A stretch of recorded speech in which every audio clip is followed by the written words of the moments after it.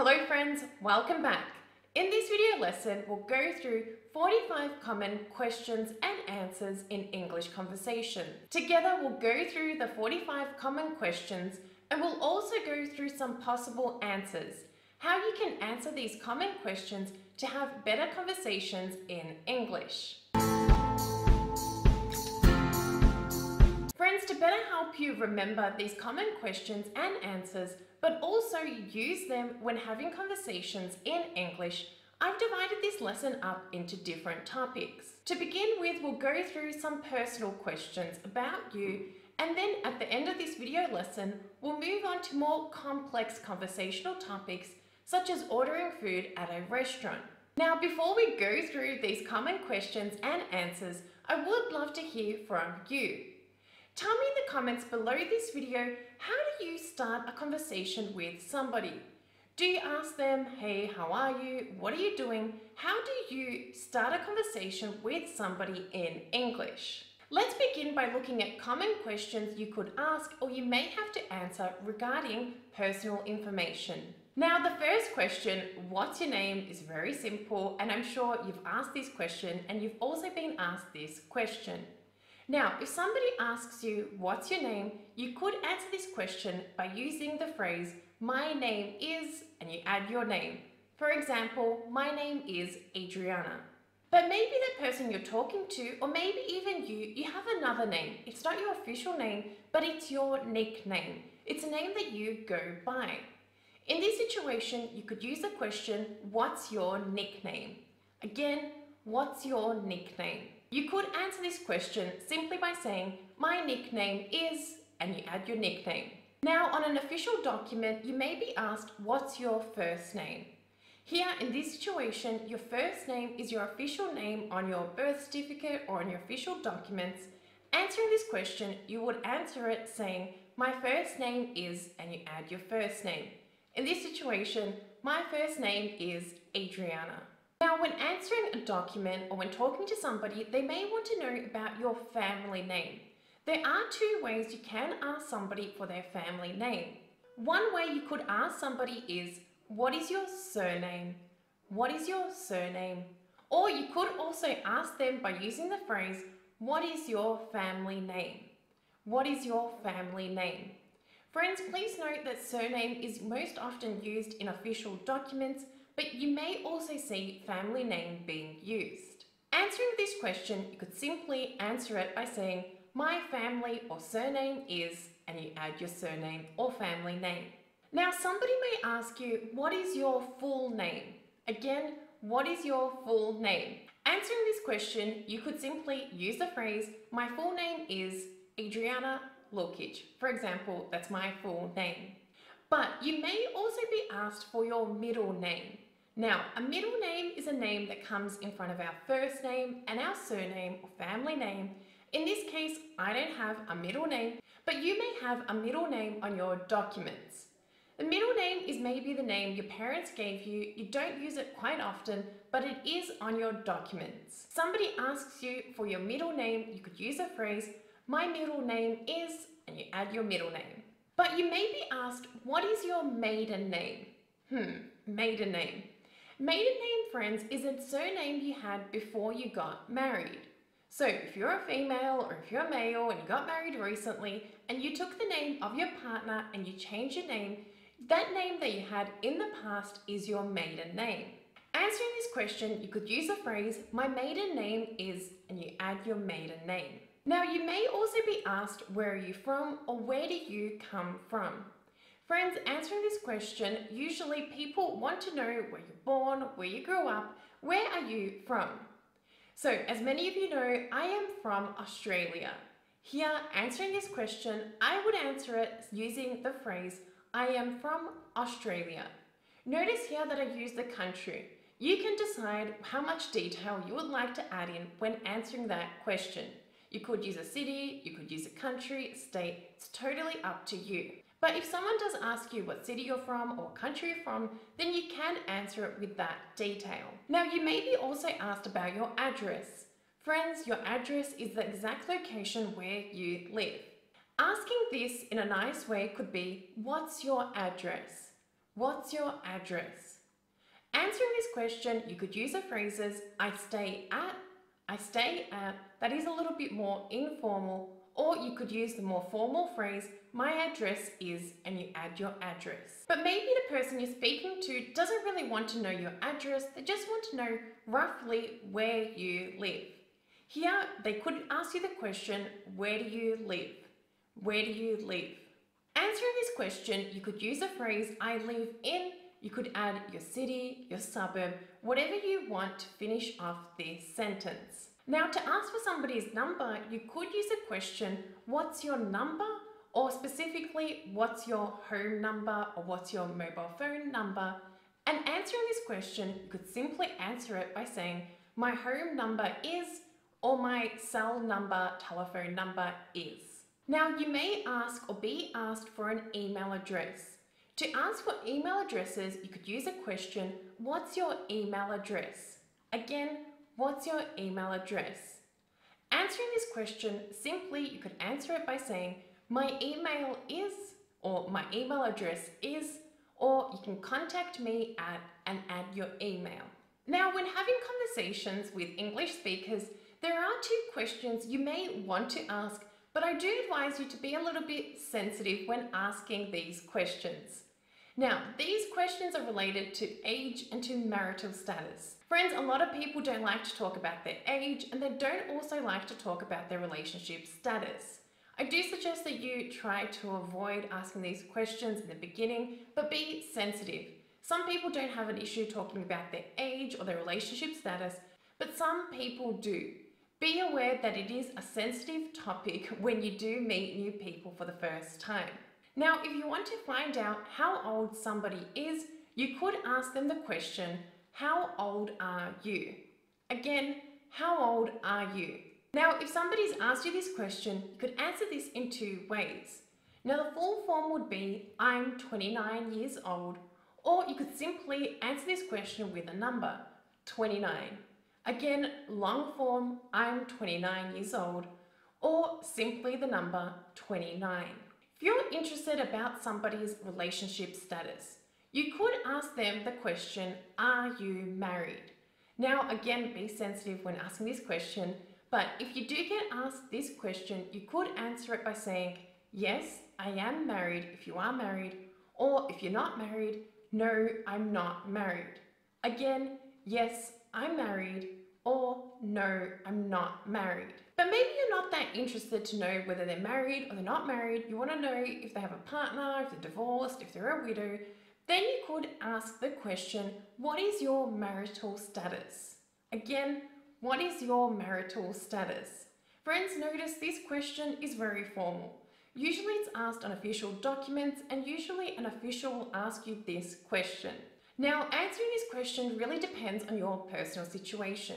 If you are married, you could use the phrase, I'm married.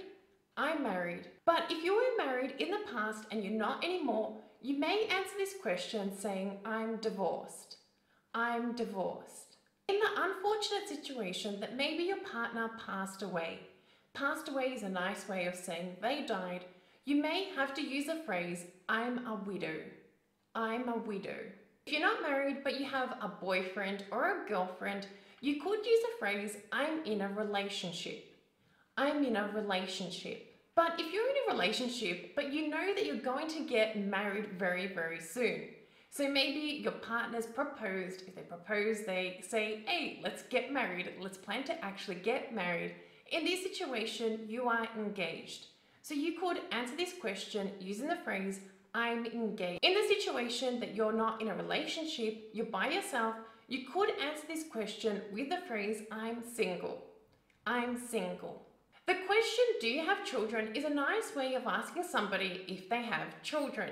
Answering this question, you could answer it using the phrases, yes, I have children, and you could also list the amount of children you have. So, for example, yes, I have children, I have 2 children. Or if you have only one child, remember, singular, child, plural, children, then you could use the phrase, yes, I have a child. But if you don't have children, you could answer this question using the phrase, I don't have any children, or I don't have a child. So we've gone through some personal questions you may have to ask and you may be asked.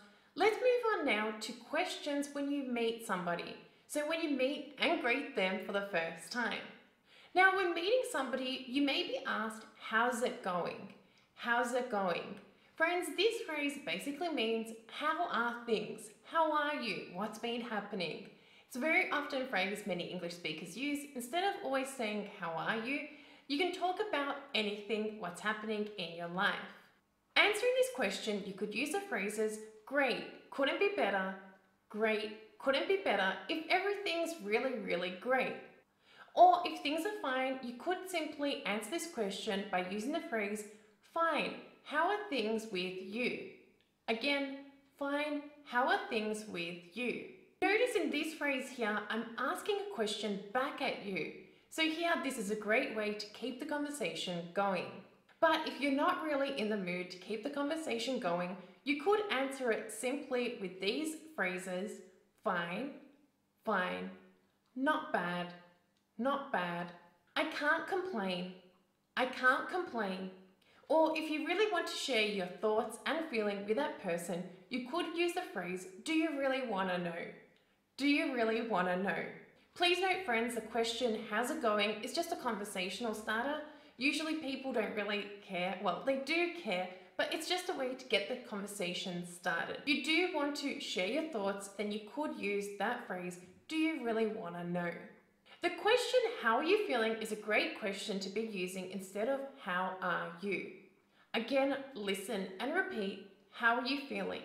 Now, if somebody's asked you this question, you could answer it in a few ways. You could say, great, never been better. Great, never been better, if you're really, really happy and you're feeling really fantastic. You could also answer it by using the word fantastic. Fantastic.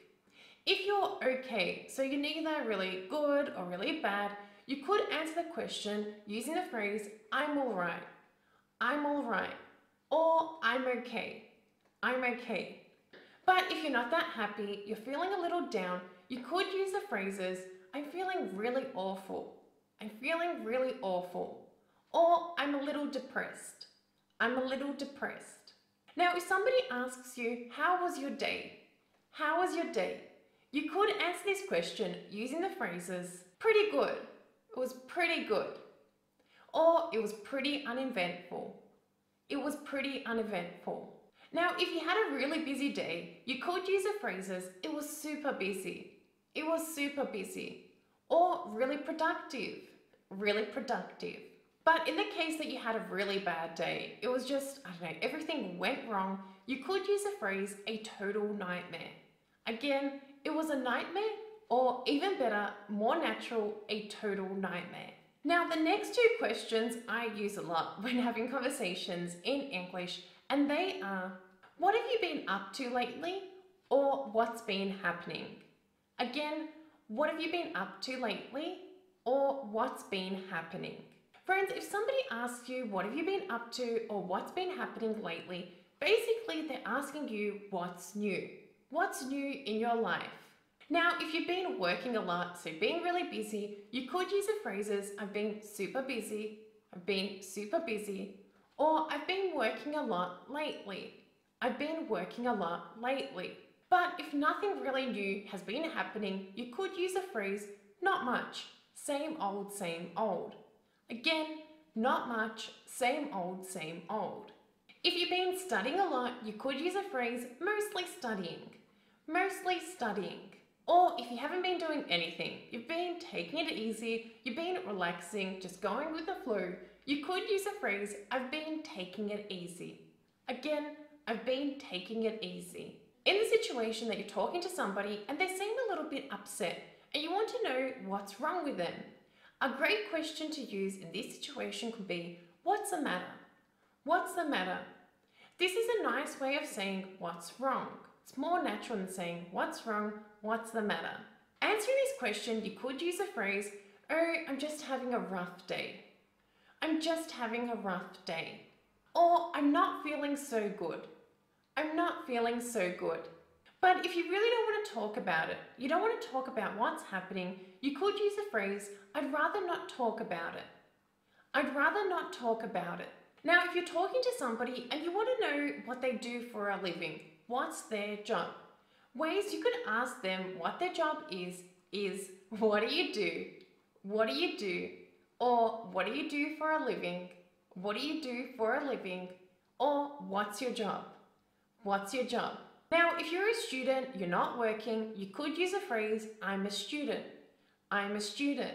But if you're working, you have a job, you could use a phrase, I work at XYZ. In this situation, in this phrase, you would have to say the company that you work for. But if you want to state your profession, what you do for your career, then you could say, for example, in my case, I'm an English teacher. I'm an English teacher. But in the situation that you maybe don't have a job, you could answer this question using the phrase, I'm unemployed. Again, I'm unemployed. Unemployed. Now, in the situation that you would like to get more information or an opinion on a book, topic, a TV show, on a matter from somebody in English, but you would like to ask them about their opinion or about their thoughts. To begin this conversation, you could use the question, what's it about? What's it about? Answering this question, you could simply answer it by using the phrase, it's about, and state what that book, the TV show, that movie, whatever it is, what it is about. But if you would like to know what they think about that book, TV show, that topic, then you could use the phrase, what do you think about that book? What do you think about that TV show, that movie, that article? Answering this question, you could use the phrase, I thought that the book was boring. Again, I thought that the book was, and then state your opinion. Now, if somebody's been talking about maybe a show they recently went to, a concert, and you would like to know how was it, you could use that question, how was it? How was it? Answering that question, you could use the phrase, it was, and then state your opinion. For example, it was great, it was boring, it was okay. In conversations, most likely you could be asked about your hobbies. So you may be asked a question such as, what is your hobby? Or a more natural way of asking, what is your hobby could be, what do you do in your free time? Again, what do you do in your free time? Now, answering this question, you could use the following structures. For example, I usually, I go, or I like. Now, let's go through a few examples so that you can understand this. For example, I usually hang out with friends, or I usually go running in the forest. Or you could use the second option, I go running, I go swimming, I go hiking. Now, in the case that you like watching movies or reading a book, as you know, many people often do like watching movies, TV shows, and reading books, you may be asked the question, did you like the movie or did you like the book? Now, if somebody asks you, did you like the movie or did you like the book, you can answer it simply by using the words, yes, I liked it, or no, I didn't like it. But you could also use the phrases, it was fantastic, it was terrible, it was okay, it wasn't that bad, it's one of the best I've ever seen, or it wasn't one of the best I've ever seen. If you want to make plans, you want to make a suggestion to somebody in English, you could use a question, what should we do this morning, this evening, this afternoon, or what should we do tomorrow or on the weekend? A real natural way of answering this question could be, let's go to the movies, or let's go see the soccer match, let's go and watch the football, let's go and do something. Now, a more polite and a more formal way of making a suggestion to somebody could be, why don't we go and have dinner tonight together? Again, why don't we, and then add in your activity. So here, why don't we go and get dinner tonight together? Now, a polite way of answering this question could be, yes, that sounds like a great idea. That sounds like a great idea. That sounds like a great idea. Now, in the conversation, if you're really stuck, if you're stuck for topics to talk about, everybody loves to talk about the weather and time. It's a real conversational starter, and a great question to ask somebody a question about the weather is, what's the weather like where you are, or how's the weather? How's the weather? Now, answering this question, you could use the phrases hot and humid, hot and humid, it's scorching hot outside, it's scorching hot outside, to describe that it's really, really hot. But in the case that it's raining and it's just raining a little bit, you could use a phrase, it's drizzling, it's drizzling. But if it's really raining a lot, then you could use a phrase, it's pouring, or it's bucketing, it's bucketing.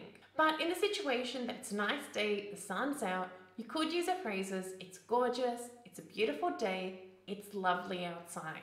But if it's cold, it's a little bit chilly, it's not really warm, then you could use the phrases, it's chilly, it's cool, or it's quite cold outside. It's quite cold outside. Now, if you need to know the time, you don't know what the time is, and you need to ask somebody for the time, you could use a question, what's the time? What's the time? Or do you have the time? Do you have the time? Answering this question, you could simply use the phrase, it's 10 o'clock. So it's and add in the time. If you don't have a watch, you don't have your mobile phone, or you can't see a clock, you could use a phrase, sorry, I don't have the time. Sorry, I don't have the time. But if you need a second or maybe a minute to check because you can't find your phone, then you could use a phrase, give me a sec, let me check. Give me a sec, let me check.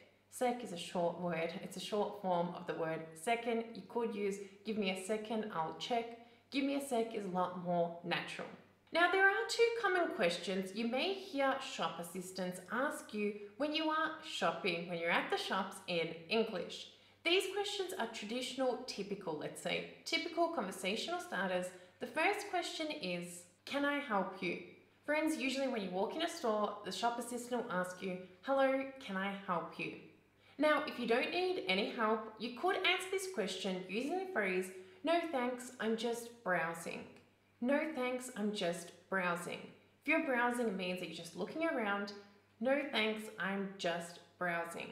But if you know what you're looking for and you can't find it, then you could answer this question by using the phrase, yes, could you help me find and whatever it is you are looking for. They may also reword this question and ask you, do you need any help? Again, do you need any help? Answering this question, you could use the phrases, yes, I need help with, and whatever it is you need help with, stay at the end of that phrase. Or if you don't need help, you could just simply use a phrase, no, I don't need any help. Again, no, I don't need any help.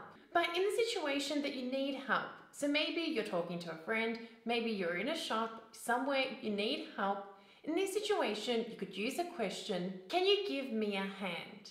Can you give me a hand? Friends, if you're asking somebody for a hand, it doesn't literally mean that you're asking them for your hand. This is a nice and natural way of asking somebody for help. Now, if somebody's asked you the question, can you give me a hand with maybe my homework, with shopping, with some sort of task they need help with, then you could use the phrases, of course, if you agree to giving them help, of course, that is, of course, or I'd be glad to help you. I'd be glad to help you. I'd be glad is a really nice, polite expression you can use with your boss at work. But if you want to help somebody but you don't have that much time, you could also ask them the question, will it take long? Will it take long? Or if you're in the middle of something, you could say, sure, just give me a sec. Again, sure, just give me a sec. Sec is a shortened form of second. Friends, it is a lot more natural. Again, sure, just give me a sec. But if you don't have time to help that person, you could use a phrase, sorry, I'm busy at the moment. Again, sorry, I'm busy at the moment. Now, in the situation that you and your friend, maybe you sat down at a coffee shop, at a restaurant to eat or to drink something, there are some common questions you may be asked. To begin with, the waiter may ask you, what would you like to drink? Again, what would you like to drink? Now, a nice way of answering this question could be using the phrase, I'd like to order, and state what it is you'd like to order. For example, I'd like a glass of mineral water, or I'd like a glass of wine, or I'd like a cup of coffee. But if you don't know what they have, if you don't know what they have on offer, you could ask the waiter the question, what do you have? What do you have? Or if you would like to see the menu, you could also ask the question, could I please get the menu? Could I please get the menu? But if you don't want to order anything, then you could use a phrase, nothing for me, thanks. Nothing for me, thanks. Please notice, friends, here in this situation, there's a lot of please, thanks, and modal verbs happening, as it is nice to be polite to waiters, and it is English culture. Well, it's just nice to be polite when you're ordering food or drinks.